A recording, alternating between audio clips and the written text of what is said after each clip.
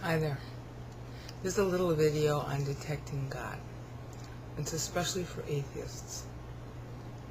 Like the atheists, I'm remarkably unconvinced by a lot of the stuff that's used to claim God exists. And I maintain that there are simpler ways to find out. First of all, let's talk about this as if it were a road map. Certain roads don't take you to the destination you want to go, so we want to be sure to avoid those. And certain roads do take you to the destination you want to go, so we want to be sure we take those. Okay, the first road you don't take is a road that lumps God and religion together.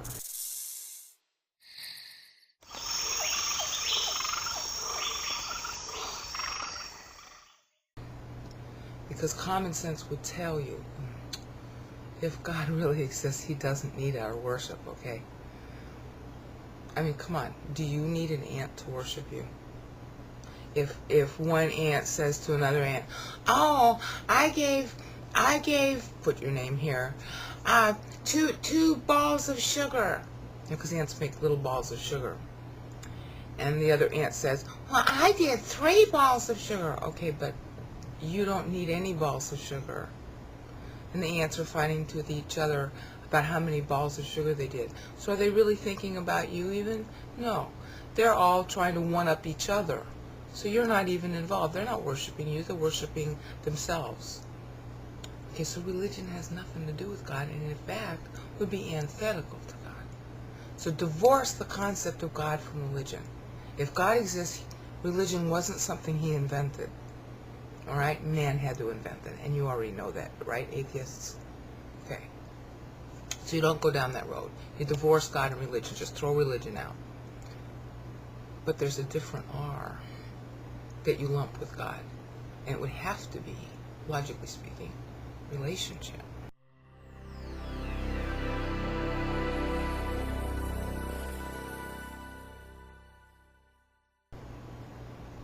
Because if God really exists, then what would He have made creation for? Whether you're talking about indirect creation like evolution or direct creation, personally, He did everything. Well, it would have to be relationship. I mean, if you have kids or a pet, you have a relationship to something inferior to you. And the fact that the thing is inferior doesn't bother you. You love it. Okay? If you love something, you want to be with it. If you love something, you want to be in it. You know? I mean, a lot of us love cats and dogs. Okay, but a cat and a dog is inferior. We don't think about that. We don't ask the cat or the dog to serve us. You know, oh, you're a cat and you're a dog. You ought to do for me because I'm superior to you. We don't ask that. We want to pet the cat or dog. We want to give it things. Okay, so if there's a God, why would He be different? Where did we get that attribute from? That we can love something inferior to us? Okay, so if there's a God, He loves inferior us. Well, why bother to let us exist? Why bother to make us, whether directly or indirectly? Why let us exist? Why have us be free? Okay? So that comes up to number 3 road. Number 2 road you take. Number 1 road you didn't. Divorce God and religion. Number 2 road was lump God, connect God to relationship, because if there's a God and you exist, He wants a relationship with you. Wow. Okay, well then that brings up number 3. Well, this is a road you travel also. What must God be to be worthy of the name God?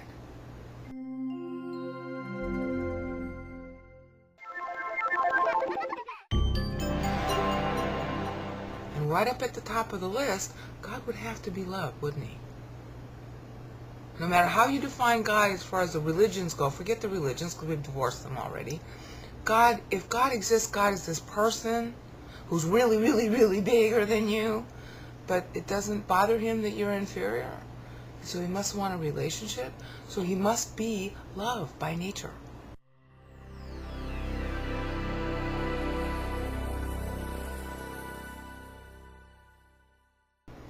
So he's obviously, in order to be God, he'd have to be omniscience, omnipotence, omnipresence, righteousness, justice, love, though, would be number one.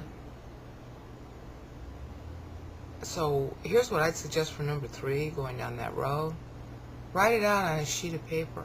All the attributes God ought to be in order for you to want to believe in him. If God exists, he's gorgeous, not ugly. So what would that mean? Write it out on a sheet of paper. I'm serious. Spend a couple of days at it.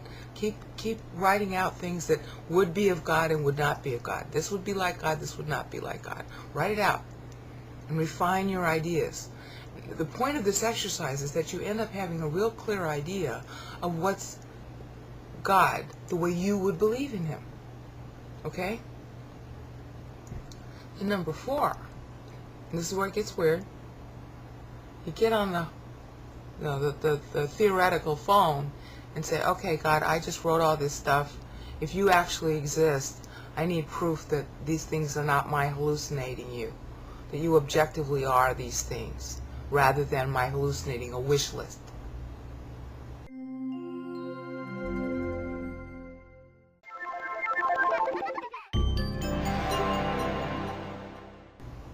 Now, if there's a real God who's like that list that you wrote, that God's going to answer. So that's number 4 road, is to ask. All right, pick up the phone after having written out the list of the characteristics that God must be. And then number 5, this is where it gets to be the falsifiable thing.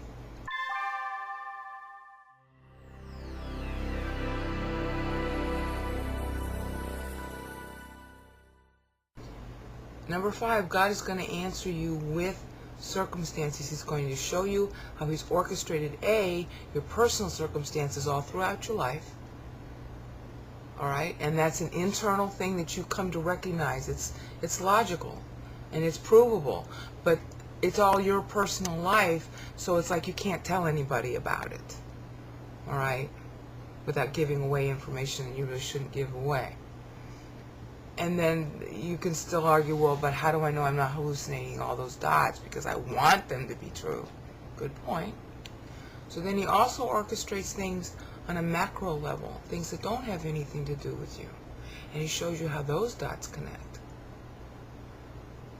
And so you have a whole welter of hard evidence.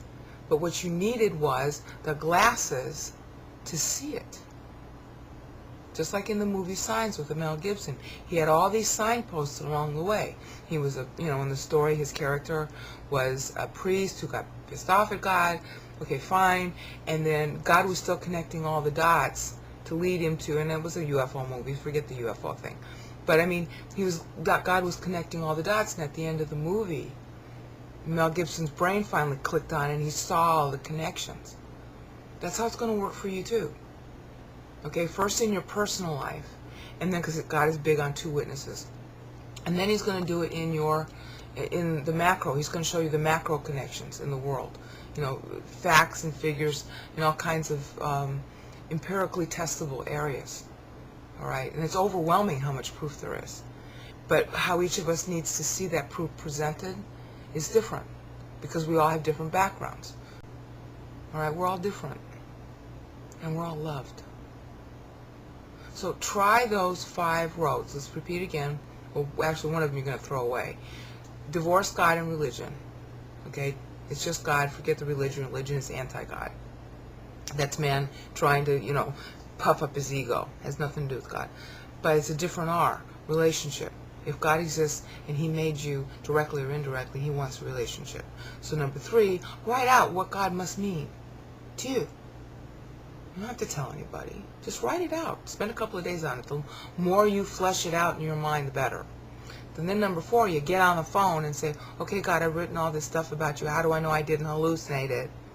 How do I know I didn't hallucinate this idea of you that I really like? Yeah, because then you have to have the proof of whether or not that person exists. And the person who you wrote about probably does exist. Wait till you find out how much. So that's where number 5 comes in, the number 5 road, which is convergence of the last 3. okay, 2, 3, and 4 all converge in 5, which is the empirical proof. First in your personal life, connecting all the dots in your personal life over a very long period of time. You'll be able to see it. It takes a while though. And then connecting the dots historically, macro-historically, in events around you that didn't have anything to do with you. And you keep on asking for proof, you keep on looking for it, and basically what you're doing in step 5 is he's giving you glasses to be able to see the same data everybody else sees, but you see the pattern of it.